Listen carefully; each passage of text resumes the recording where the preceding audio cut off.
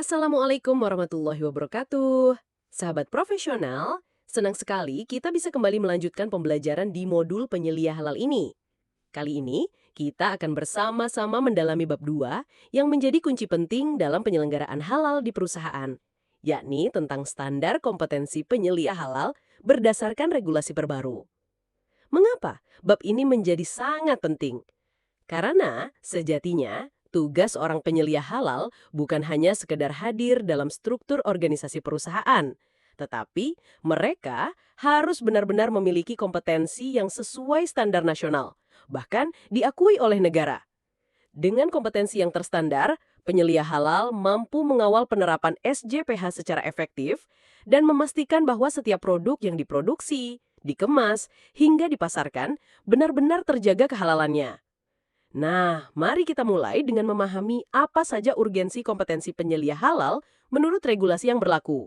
Sahabat semua, pentingnya kompetensi bagi penyelia halal tidak muncul begitu saja, tetapi berdasarkan regulasi resmi pemerintah yang dirancang untuk memperkuat kualitas industri halal di Indonesia.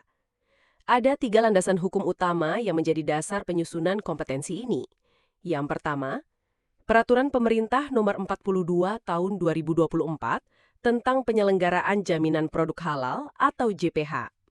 Inilah regulasi utama yang mengatur segala proses jaminan produk halal di Indonesia, termasuk peran penting penyelia halal.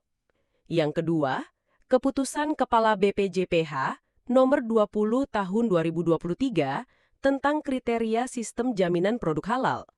Regulasi ini lebih teknis, memberikan panduan tentang bagaimana SJPH harus dijalankan di perusahaan. Yang ketiga, Standar Kompetensi Kerja Nasional Indonesia atau SKKNI Nomor 21 Tahun 2022 tentang penyelia halal.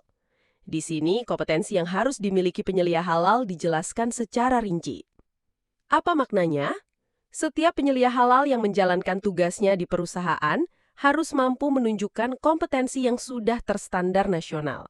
Bukan sekadar pengalaman kerja, tetapi harus dibuktikan melalui pelatihan resmi dan mendapatkan sertifikasi kompetensi yang diakui pemerintah melalui BPJPH. Kalau kompetensinya tidak ada, maka resiko besar mengintai. Apa saja resikonya? Sahabat profesional, tanpa kompetensi yang memadai, maka fungsi utama penyelia halal akan gagal dijalankan. Ada 3 konsekuensi serius yang harus kita waspadai bersama.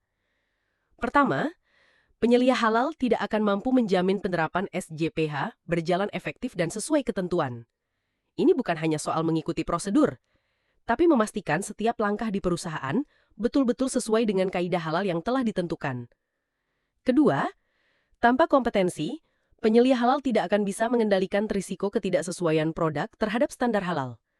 Bayangkan jika terjadi kontaminasi bahan haram atau proses produksi yang tidak sesuai standar.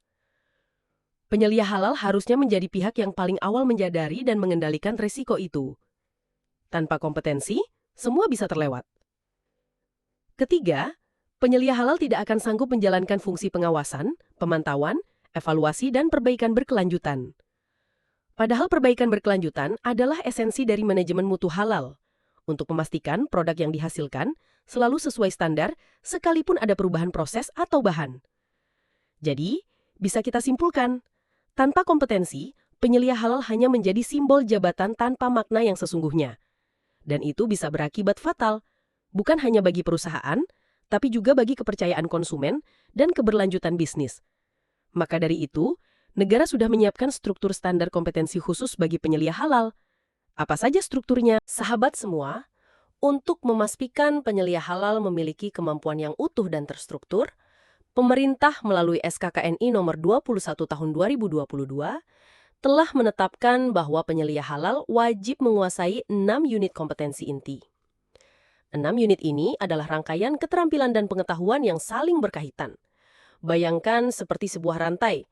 Bila salah satu mata rantai lemah, maka sistem akan mudah putus. Begitu juga dengan kompetensi penyelia halal.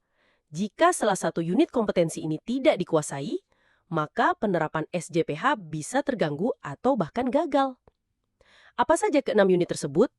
Kita akan bahas satu persatu secara detail agar Anda semua memahami dengan baik cakupan kemampuan yang harus dikuasai oleh penyelia halal.